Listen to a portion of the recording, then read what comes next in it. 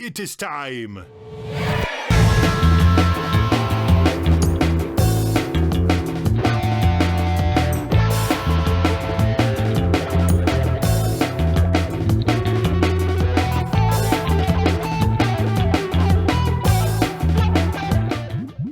We'll go ahead and jump right in. It's going to be a fan pick, and it's from Alex Gator Petropolus, the drummer for Pigeons Playing Ping Pong. Alex, what's up, Gator? And have you ever listened to Tony Williams? I've heard of him. Yeah, I've heard Tony of him. Williams fan? Yeah, sounds familiar. Nice. That I think I had that actual vinyl in 1982. Oh. When I went to Berkeley at Boston. Actually, that would have been more like 84.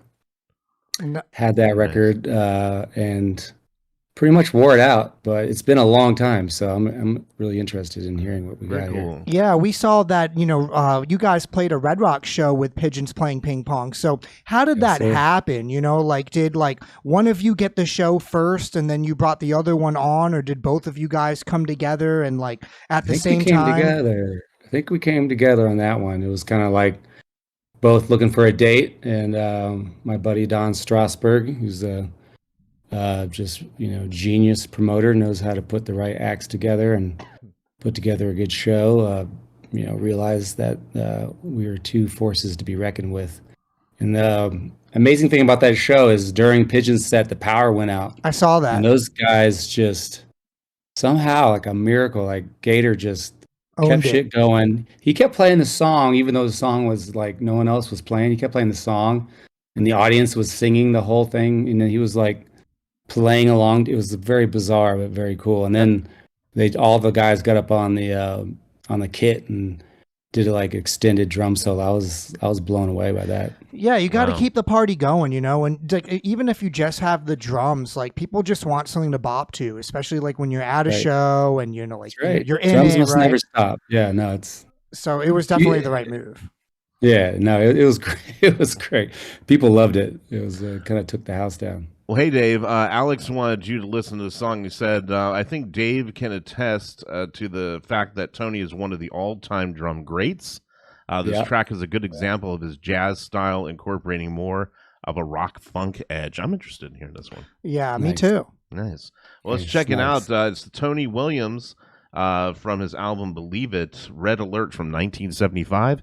And we're checking it out here on Galaxy Jams Reacts.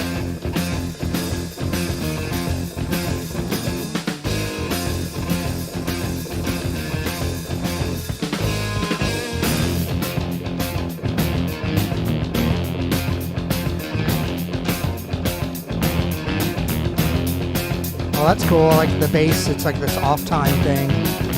Distorted. I wonder if that's what's his face from Cream. Played a bunch with the Cream bass player. It's Tony Newton on bass. Okay. Nice distortion. Oh yeah. Ooh. Let's go. There you go, Fusion. Birth of Fusion. What year did you say this was? 1975. Okay. So it sounds like Brand X, like Phil Collins' band. Yeah. I like this breakdown. Yeah. Alan Holdsworth on guitar. Oh, yeah. Oh, yeah. There you go. Fusion at its finest.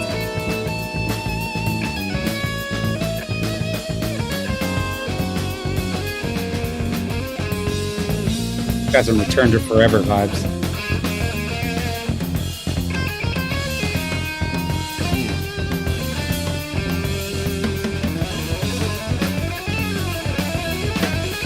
Oof.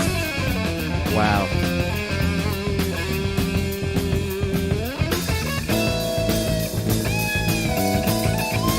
Tony loved those flams between the hands and feet. Yeah. Nice. Wow. Alan Holdsworth.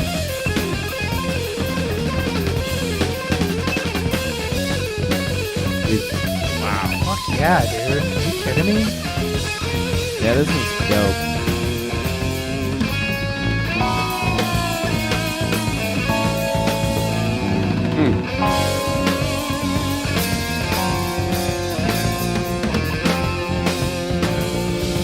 time we do a show with pigeons, we're gonna have to cover this. Yeah.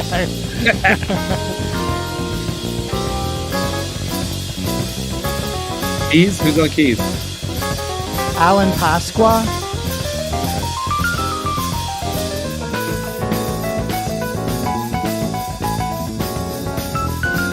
It's a nice lead. Yeah, sick. Classic road sound.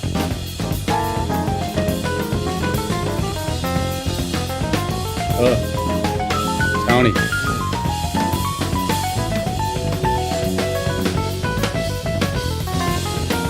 Woo! Woo. Somebody did their finger exercises.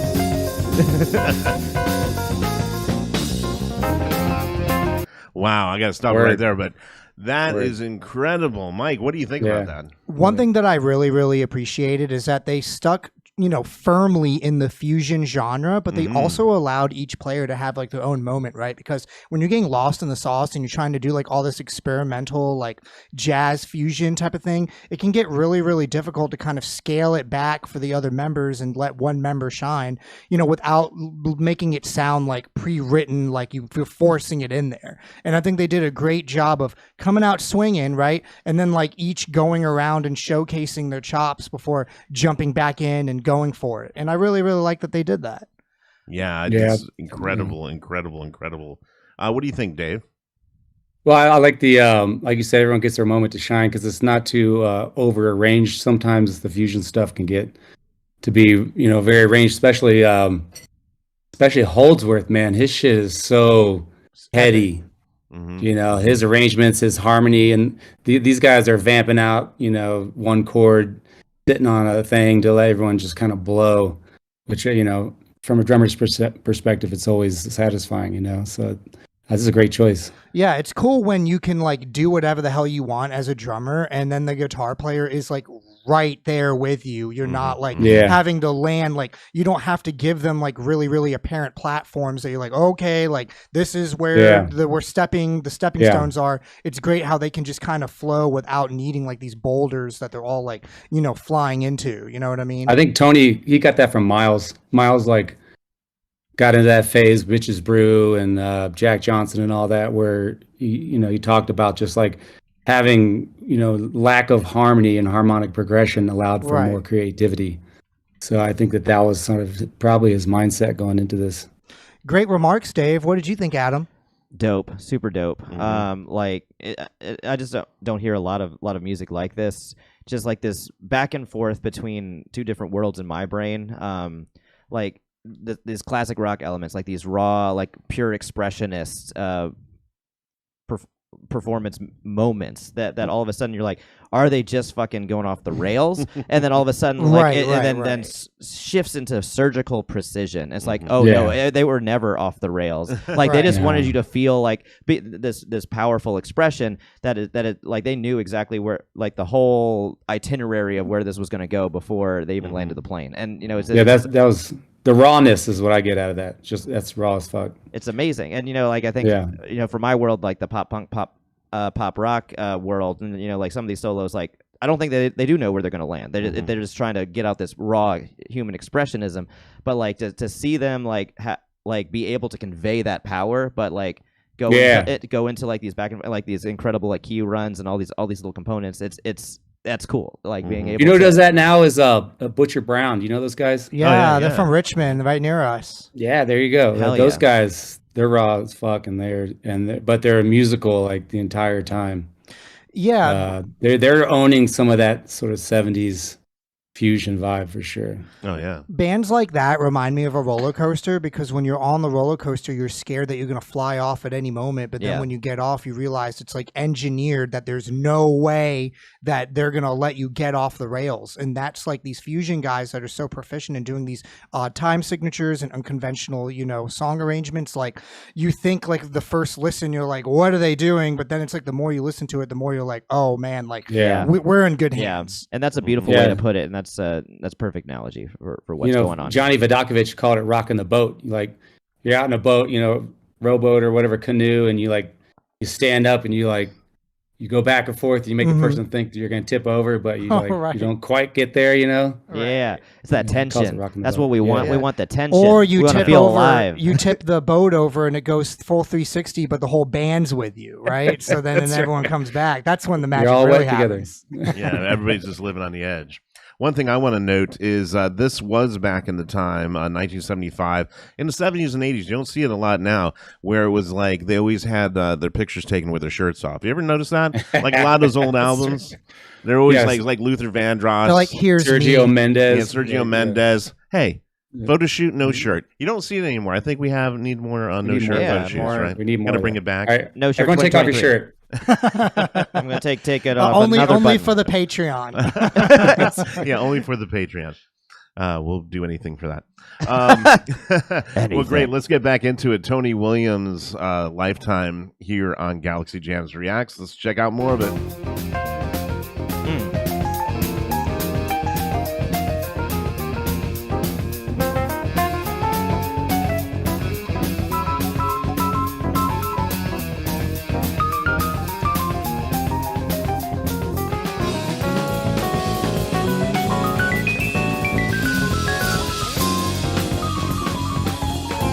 Wow. Oh. Tony.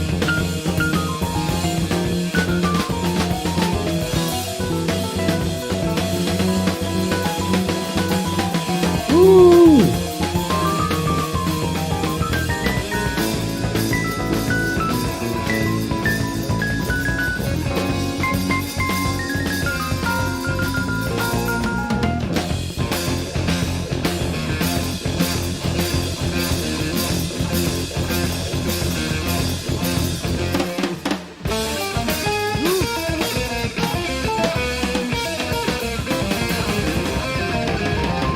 Yeah, digging in deep. Wow. Woo. That was big ass drums. Big drums, Crazy. big drumsticks. I remember I had a drummer. His name was Joey Rudisil, and he always talked about, like, I guess he kind of found the fun in trying to almost not make the drum thing that he was doing.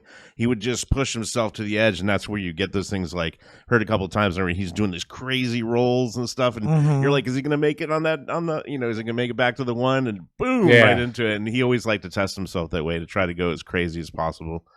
That's who was it? Fishman talked about, like, sometimes he felt like a clown falling down the stairs, but he'd always catch himself at the very end, just like stand up, like, got it. I love that. Yeah, well, if you make a mistake, it's not a mistake if you do it twice. And, like, if you're playing and you, like, if I'm playing drums and then, like, my hand slips and I hit the snare, like, a little bit too early, I'll just do that 3 more times and then, bam, I'm a genius. Right. See, if I fall down the stairs twice, then people just call me stupid. Nice. We got some people in the chat. Yeah. Joshua Osit says that this sounds tasty. I totally agree. You're right. Definitely sounds tasty. And I'll also close with, I'm a huge fan of Ed Wynn with the Ozric Tentacles, and I really like that Ibanez, like, hair metal almost sound that I feel like this guitar player is going for, and I'm really going to check out, like, the rest of this album. This was a fantastic way to start off the show. Would you say it's in fact tasty? Yeah, super tasty. Super tasty. Yeah. I'd say it's like Neapolitan pizza tasty. I would actually listen to this, like, again. It's great. I'm going to check it out, So you should. It was a good one. Thank you so much, Alex Gator Petropolus. Petropolus. Drummer for Pigeons Playing Ping Pong. Gator. Very, very great song. We really, really appreciate that. Hi, this is Mike with Galaxy Jams Reacts. We hope that you enjoyed that React video. Be sure to check out the links below of when we're going to be live streaming our next show, and also how to watch full episodes. Please hit that subscribe button. Every single one helps.